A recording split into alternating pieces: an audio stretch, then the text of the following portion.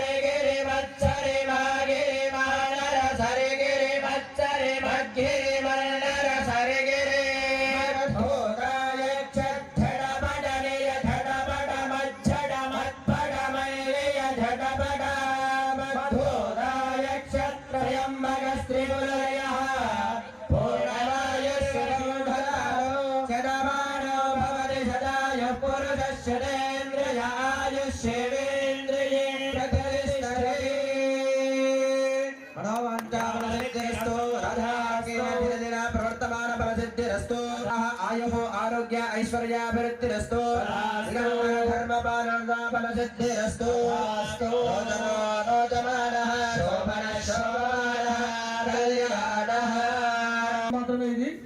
దయచేసి ఆగాలి ప్లీజ్. ఆగాలి. సమావేశం తర్వాతనే ప్రతి విలేజ్ గ్రామాల వారిగా పిలుస్తాము. దయచేసి చాలా చాలా ఆనందంగా ఉంది. మీ ముఖాలల్లో అప్పుడే తెలిసిపోతా ఉన్న సంతోషం ఏంటంటే, ఇంతసేపు నాకు తెలిసి నేను 11 గంటలకు టైం ఇచ్చిన, మన సమావేశము 11 గంటలకు ఏర్పాటు చేసుకోవాల్సి ఉండే. ఇప్పుడు నాకు తెలిసి 4:30 అంటే దాదాపు 5 కావస్తా ఉంది. అయినా కూడా ఒక్కళ్ళు కూడా కుర్చీలకించి లేస్తలేదు. ఇది కాంగ్రెస్ పార్టీ కుటుంబం యొక్క క్రమశిక్షణ. టీఆర్ఎస్ వాడు మీటింగ్ పెడితే ఏం చేస్తారంటే, వాడు ఫస్టే ట్రైనింగ్ ఇస్తారు 3 రోజుల నుంచి. ఆ ఊర్లలో తాగిపోయారు. అధికారంలో ఉన్నప్పుడే, మనం కూడా అధికారంలోకి వచ్చినాం, అయినా కూడా ఎంత క్రమశిక్షణ అనేది ఇలా తెలుస్తుంది. కాంగ్రెస్ అంటే ఇట్లుంటుంది. టీఆర్ఎస్ వాడు మీటింగ్ పెడితే మీకు తెలుసు, ఊర్లలో 3 రోజుల నుంచి మందు తాపిస్తారు. ఆ రోజు బిర్యానీలు, పొద్దున టిఫిన్, మళ్ళీ వచ్చేటప్పుడు ఇంత మందు, మళ్ళీ మధ్యాహ్నం బిర్యానీ, మళ్ళీ సాయంత్రం కాదని మళ్ళీ ఒక వాటర్. ఇవి వాళ్ళు ఈ 10 ఏళ్ల ఎలగబెట్టిన ఘనకార్యాలు ఏంటంటే, టీఆర్ఎస్ వాళ్ళు ప్రజలను ఏ విధంగా మోసం చేయాలి, ఏ విధంగా ప్రజల సొమ్ము దోచుకోవాలనే ఆలోచన తప్ప, ప్రజలకు ఏ విధమైన పని చేయాలి, ప్రజలకు ఏ విధంగా వాళ్ళకు అండగా ఉండాలి, వాళ్ళ సమస్యలు తెలుసుకొని వాళ్ళని ఏ విధంగా మనం కాపాడుకోవాలని చెప్పేసి ఎప్పుడు ఆలోచన చేయాలి. ఇది తప్ప ఏమైనా చేసిరా తల్లి? మీకు తెలుసు కదా, ఊర్లల్లో ఎన్ని చెప్పారు వాళ్ళు. డబుల్ బెడ్రూమ్ ఇల్లు ఇస్తామని, పెన్షన్లు ఇస్తామని, రేషన్ కార్డులు ఇస్తామని. ఇక మీకు తెలుసు, చాలా మంది కొత్తగా పెళ్లి చేసుకొని వచ్చిన వాళ్ళు ఉన్నారు, ఇంటి కోడళ్ళు. అవునా? ఆ కోడళ్ళ పేర్లు ఇప్పటికి రేషన్ కార్డులలో లేవు. ఎందుకు లేవు? మా తల్లి చెప్తుంది. ఏంటమ్మా నీ పేరు లేదు కదా? అది చెప్తుంది.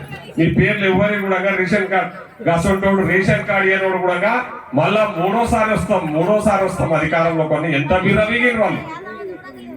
ప్రజలు అమాయకులు కాదు, ప్రజలు నిజాయితీ పరులు. ప్రజలకు ఎవరిని ఏ విధంగా ఎక్కడ పెట్టాలనో ప్రజలకు తెలుసు. కాంగ్రెస్ పార్టీ కోటేశ్వరు వాళ్ళంతా గొప్పోళ్ళు. ప్రజలు ఏమంత అమాయకులుగా మీలాగా మోసం చేసిన టీఆర్ఎస్ వాళ్ళగా మోసం చేసిన వాళ్ళు కాదు ప్రజలు.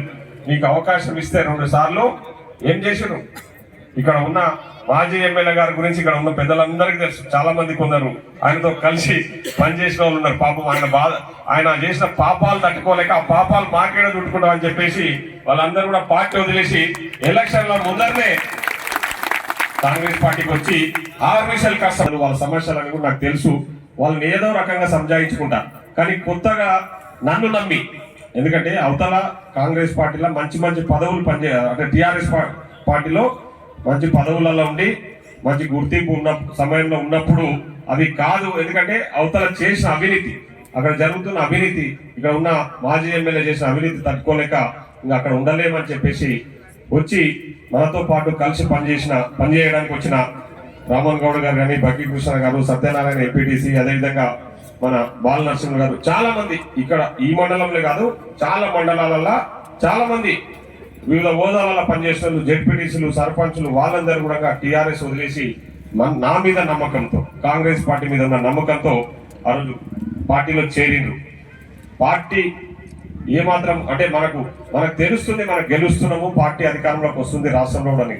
కానీ ఏమాత్రం అటు ఇటు అయినా పాపం వాళ్ళకి నేను ఏ విధంగా సమాధానం చెప్పుకోవాలనేది చాలా పెద్ద ఎత్తున నేను బాధపడ్డా. ఎందుకంటే నా విషయంలో నేను బాధపడలే. ఎందుకంటే సరే గెలుపోవటములు అనేది సహజం. మళ్ళీ మనం ప్రజల కోసం పనిచేయడానికి వచ్చినాం, నిజాయితీగా పనిచేద్దామని ఆలోచనతో రాజకీయాలకు వచ్చాం. కాబట్టి మీ అందరి కష్టం ఉంది. ఆ భగవంతుడి ఆశీర్వాదంతో ఈరోజు మన కష్టంతోనే మనం గెలవగలిగినాం. ఈరోజు మీ అందరి సహకారము, మన అందరి కష్టం.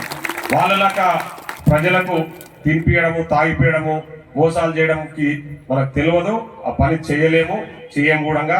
మీకు చెప్తా ఉన్న తల్లి, నేను ఎలక్షన్ల ప్రచారంలో కానీ అంతకుముందు కూడా చాలా గ్రామాలలో తిరిగిన. నాకు తెలిసి అన్ని గ్రామాలు 1కి 3 సార్లు 4 సార్లు తిరిగినా ఆ గ్రామాలలో ఉన్న సమస్యలన్నీ కూడా తెలుసు. ఆ గ్రామాలలో ఎవరెవరు ఇబ్బందులలో ఉన్నారో తెలుసు. ఆ గ్రామాలలో కాంగ్రెస్ పార్టీకి కష్టపడి పనిచేసిన కార్యకర్తలు ఎవరో తెలుసు, నాయకులు ఎవరో నాకు పేరున గుర్తుంది. మన ఎలక్షన్లో పనిచేసిన వాళ్ళు కూడా ఎవరో నాకు అన్ని సమాచారం అంత సమాచారం తెప్పించుకున్నాను. రిపోర్ట్ కూడా నా దగ్గర ఉంది. అది పెట్టుకున్నా కాబట్టి మీరందరూ కష్టపడి పనిచేశారు కాబట్టి మీ కష్టంతో నేను గెలిచినా కాబట్టి ఈరోజు మిమ్మల్ని కష్టపెట్టకుండా చూసుకునే బాధ్యత కూడా నా మీద ఉందని చెప్పేసి ఈ సందర్భంగా తెలియజేస్తున్నా. ఆ ధైర్యంతోనే నేను మొన్న భూత్పూర్ లో మీటింగ్ పెట్టినప్పుడు కూడా చెప్పినా నేను. ఎందుకంటే భూత్పూర్ మీకు తెలుసు, భూత్పూర్ లో కూడా అవతల పార్టీ వాళ్ళు భూత్పూర్ మీద పెద్ద ఆశలు పెట్టుకున్నాడే.